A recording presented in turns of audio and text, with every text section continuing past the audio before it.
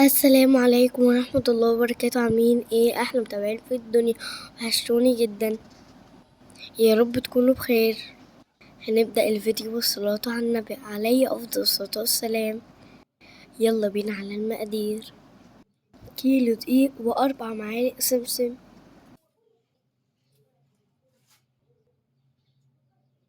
ونص معلقة صغيرة ملح، ونص معلقة صغيرة بيكنج باودر. هنقلب المكونات مع بعض،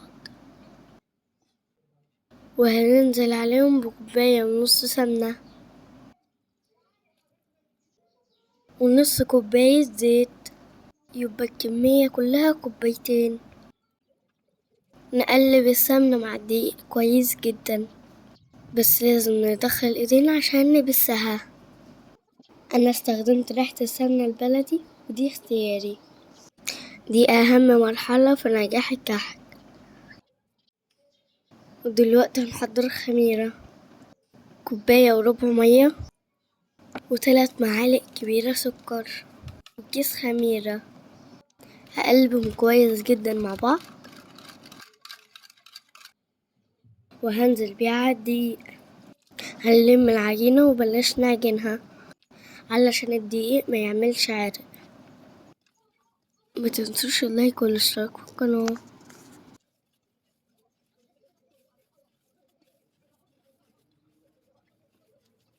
حسيت ان العجينة ناشفة، هزود ربع كوباية مية تانية، يبقى اجمالي المية كوباية ونص.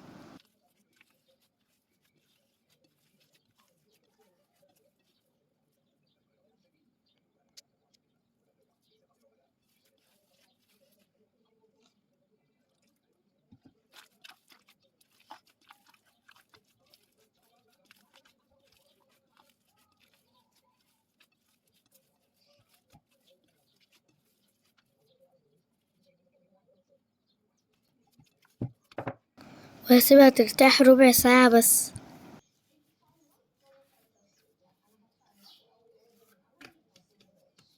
وبعدين هنقسم العجينة إلى 4 قطع.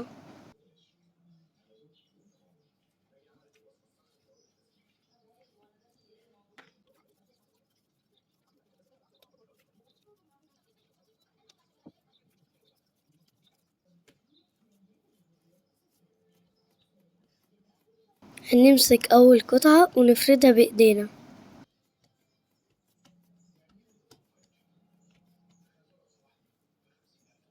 وهنبدأ نلفها كأننا بنعمل فينو. الحركة دي بتخلي الكحك مورق من جوه.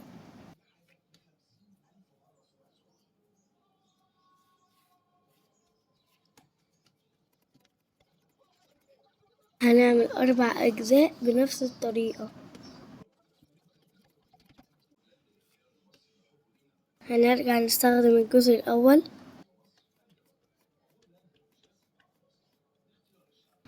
ونفرده عشان نقطعه.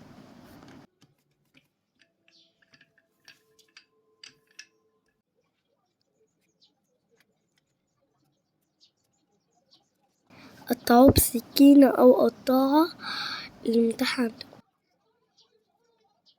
هننقلهم في صينية مش مدهونة حاجة.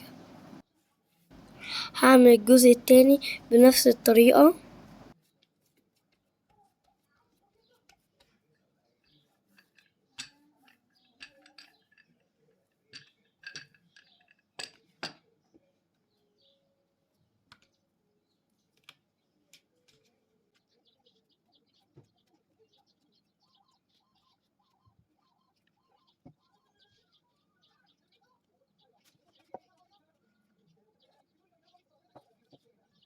كده عملنا الجزئين قراقيش، وهنعمل الجزئين التانيين كحك.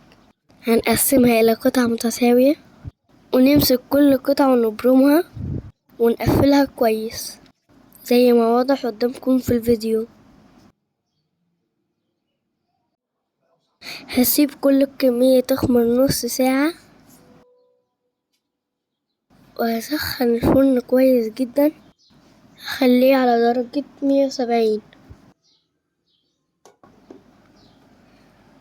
وهدخل الصواني بتاعتي في الرف الأوسط بدون ما أشغل الشواية، وأسيبهم يستوي وياخدوا لون من فوق ومن تحت، وبالطريقة دي بيطلع مقرمش.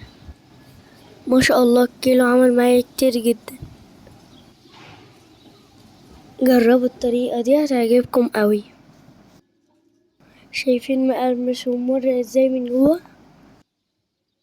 أحلى حاجة مع كوباية الشاي بعد العصر. ياريت متنسوش اللايك والاشتراك في القناة،